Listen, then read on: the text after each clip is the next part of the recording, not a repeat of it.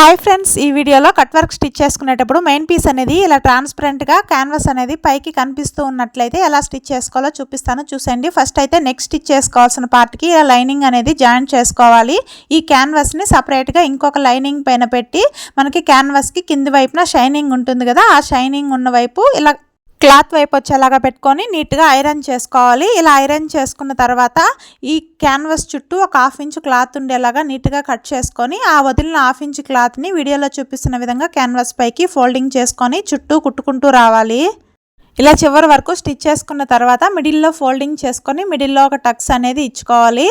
Same అదేలాగా main పీస్ని కూడా మిడిల్లో ఫోల్డింగ్ చేసుకొని ఒక టక్స్ అనేది ఇచ్చుకున్న తర్వాత వీడియోలో చూపిస్తున్న విధంగా మిడిల్లో ఫోల్డింగ్ చేసుకొని నీట్గా రఫ్ చేసుకుంటే మనకి మిడిల్ అనేది కరెక్ట్గా తెలుస్తుందండి, లేకపోతే నెక్ అటు ఇటు వెళ్ళిపోయే అవకాశం ఉంటుంది. ఇప్పుడు మెయిన్ పీస్ పైన క్యాన్వాస్ అనేది పెట్టుకొని మిడిల్లో టక్స్ పెట్టుకున్నాం కదా, అక్కడ ఒక స్టిచ్ అనేది వేసుకున్నట్లయితే నెక్ స్టిచ్ చేసుకునేటప్పుడు అటు ఇటు కదలకుండా ఉంటుందండి క్లాత్ అనేది. ఇలా స్టిచ్ చేసుకున్న తర్వాత ఇప్పుడు ఆ కట్ వర్క్ షేప్ చుట్టూ కూడా స్టిచ్ అనేది వేసుకుంటూ రావాలి. మనకి కట్ వర్క్ స్టిచ్ చేసుకునేటప్పుడు షేప్ అనేది కరెక్ట్గా రావాలి అంటే క్యాన్వాస్ పైన స్టిచ్ పడకుండా క్యాన్వాస్ పక్కనే స్టిచ్ పడేలాగా కుట్టుకుంటూ వస్తే మనకి క్యాన్వాస్ ఎంత నీట్గా కట్ చేసామో నెక్ కూడా అంతే నీట్గా వస్తుందండి.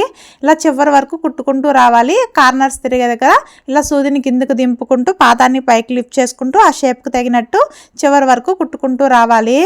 ఇలా స్టిచ్ చేసుకున్న తర్వాత ఖర్చు కోసం ఎంత క్లాత్ అయితే కావాలో అంత క్లాత్ అనేది వదిలిపెట్టి మిగిలిన ఎక్స్ట్రా క్లాత్ అనేది నీట్గా కట్ చేసుకోవాలి. ఇలా క్లాత్ అనేది కట్ చేసుకున్న తర్వాత నెక్ చుట్టూ చిన్న చిన్న కట్స్ ఇచ్చుకోవాలి. కట్స్ ఇచ్చుకోవడం మెయిన్ అండి. కట్స్ అనేది కరెక్ట్గా మనం ఎక్కడి వరకు స్టిచ్ వేసుకున్నామో ఆ స్టిచ్ కట్ అవ్వకుండా అక్కడ వరకు కట్స్ ఇచ్చుకుంటే మనకి నెక్ షేప్ అనేది పర్ఫెక్ట్గా రివర్స్ అవుతుంది. ఇలా నీట్గా కట్స్ ఇచ్చుకొని నీట్గా నెక్ అనేది ఓపెన్ చేసుకోవాలి. ఇలా నీట్గా ఓపెన్ చేసుకొని అడ్జస్ట్ చేసుకున్న తర్వాత దీనిపైన ఐరన్ అన్నా చేసుకోవచ్చు, లేకపోతే టాప్ స్టిచ్ అయినా వేసుకోవచ్చు. నేనైతే ఇక్కడ టాప్ స్టిచ్చే వేసేస్తున్నానండి.